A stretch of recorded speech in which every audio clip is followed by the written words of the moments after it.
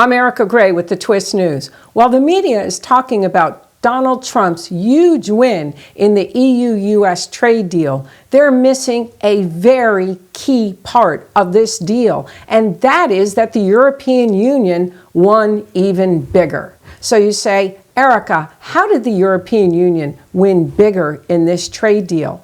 Because the European Union managed to salvage the EU-US deal without any increase in tariffs or having to retaliate against the United States, which it was planning to do in case Trump went forward with higher tariffs. That would not have been in the best interests of the European Union, which is the trade hub for the world, has 76 trade pacts, and the EU-US trade relationship accounts for its largest and for 30% of world trade. So what the European Union did was very smart.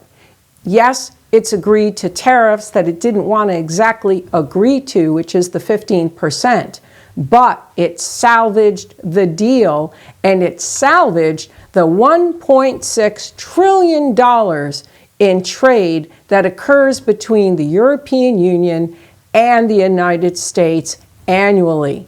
In addition, according to Ursula von der Leyen's statement, this trade pact is going to be further negotiated over time. So the big winner here is really the European Union. While, yes, it's a win for the United States, and it's going to increase revenue for the United States, it also maintains the European Union's status quo, and that's key for the European Union, which is this growing empire, which is becoming quite powerful. And you may disagree with me on that, and if you do, please say something in the comments, but is becoming much more powerful on the world stage, having say, and also throwing its weight because of its large market, which is going to get larger when they deepen the capital markets union, when they complete the Enrico Letta and Mario Draghi report and fulfill all of the steps that are in those reports to deepen their union. They're going to boost their GDP by 10%. And now by saving this deal, they're going to maintain the growth that they are anticipating is going to come from all of the trade pacts.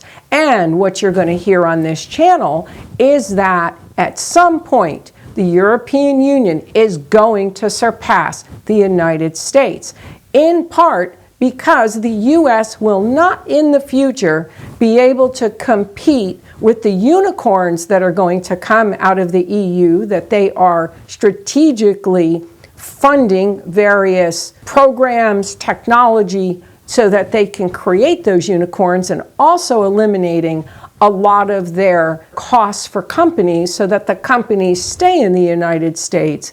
But they're also going to be so large, with 670 million citizens and possibly even up to 770 million if they take in more outer tier members. And I know I'm going over your head here, but with all of these in motion and in play, at some point, even the strong United States will not be able to compete. So, in short, this was a huge win for the European Union, because what it does is it allows the EU to maintain its current status, and it's got some catching up to do in the area of its economy, and it doesn't upset that even further so that it can continue on its trajectory.